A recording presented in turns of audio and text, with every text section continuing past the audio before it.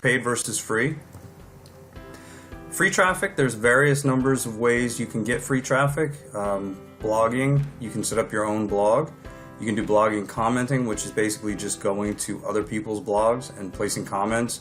And as you do, it puts your link on their site and people start to see your comments and they can click on your link and come back to your blog, get traffic back to your blog, and then it just cycles from there and continues to grow. Same thing with Facebook. You can do comments on Facebook. You can use your own Facebook. You can set up a Facebook page.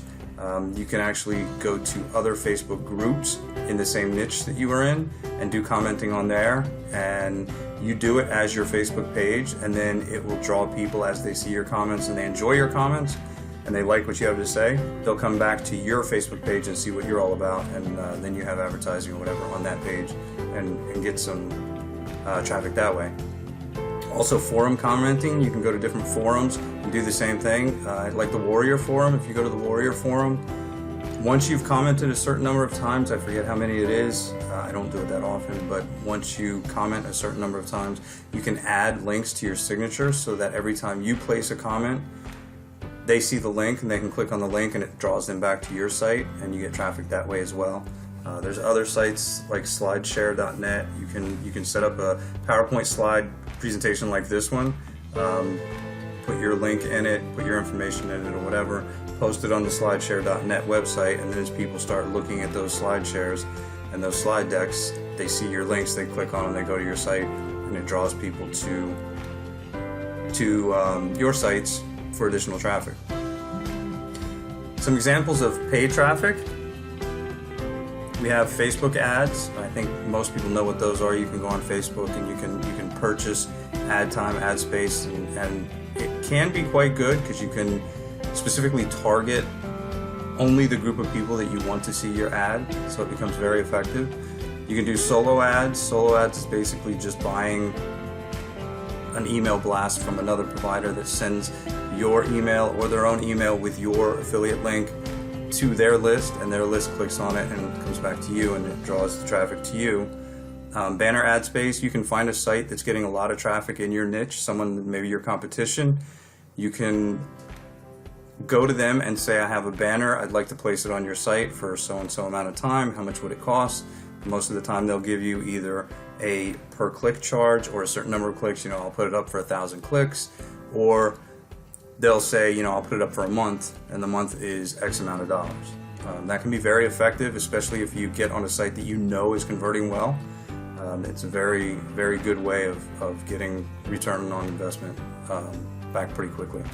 Fiverr, which is not really recommended. You can get tons of traffic out on Fiverr for $5 gigs, $10 gigs, but most of the traffic is not good traffic, and it's frowned upon by a lot of the search engines. It's frowned upon in the industry in a lot of senses. I wouldn't recommend it at all. There's other cheap traffic methods. If you go into Google and just type in cheap traffic, you'll see a lot of them out there that say, give me your URL, pay me $9.95 and I'll get you 1 million hits. I don't recommend that either because, again, it's not good targeted traffic. And quite honestly, you can get 5 million hits, but if it's not 5 million people that are in your niche or people that are interested in what you have, your money's going to go to waste because they're never going to buy what you have. Free traffic pros. You can actually start with free traffic without any money. You can start these methods up. Depending on where you are in your business, you may have to pay a little bit up front to get a domain, which you can get in some cases for 99 cents. You can set up WordPress for free. You can have a website up and running in a matter of minutes, literally. And then you can start writing blogs, generating blog posts to get traffic, and then you have to start trying to get out there and get known so people will start coming back to your blog. You can go at your own pace. You don't have to go very fast if you don't want to. If you're just learning, you can slow down and go as slow as you want to, and then you can pick it up as you go. Once you become more familiar and more comfortable, you can speed it up, go into different areas.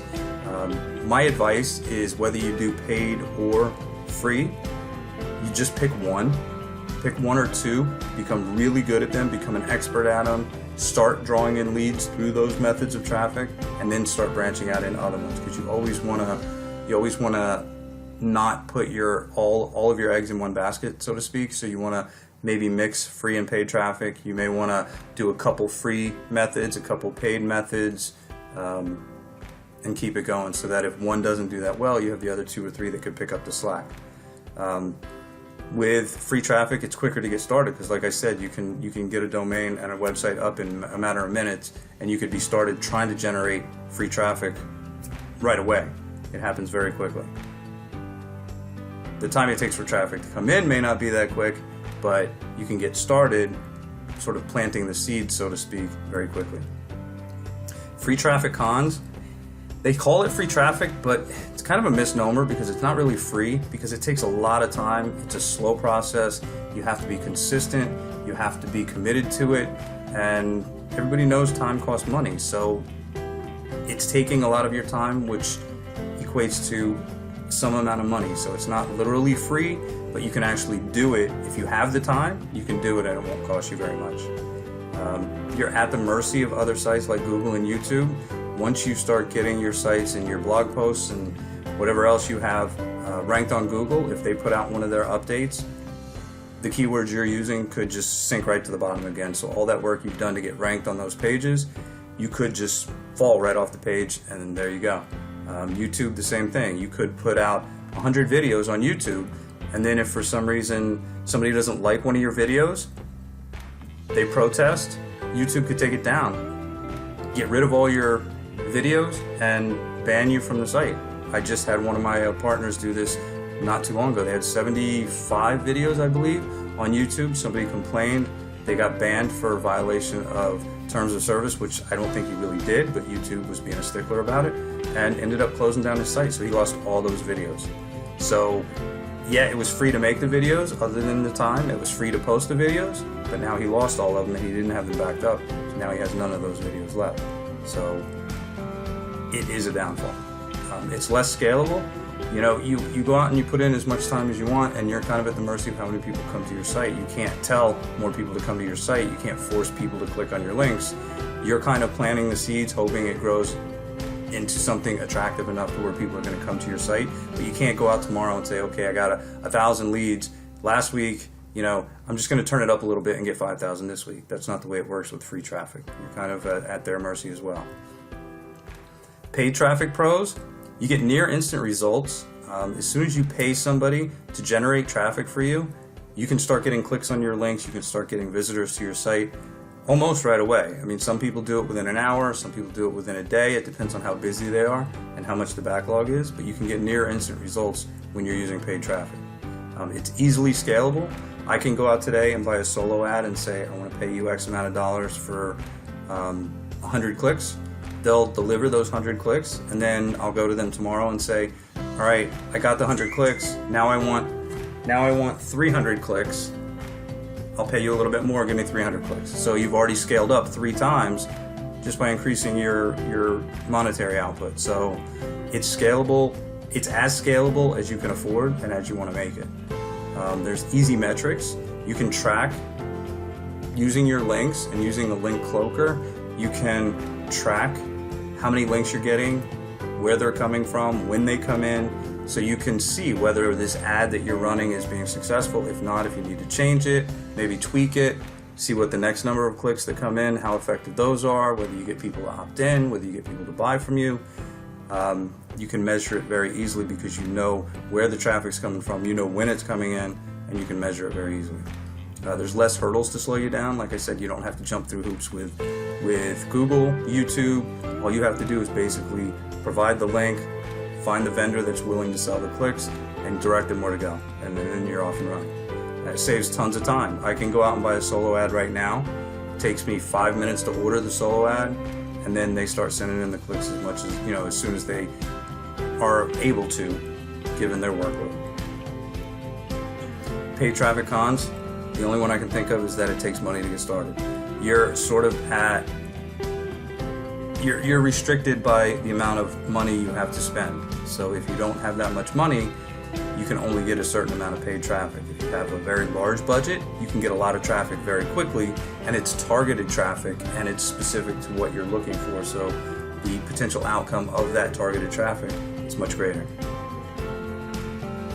Just to summarize this, I just wanted to make it a quick video for you, because like I said, there's going to be other ones coming down the pike, but I prefer myself paid traffic because I like to get the results. I like to be able to control where they're going, when they come in.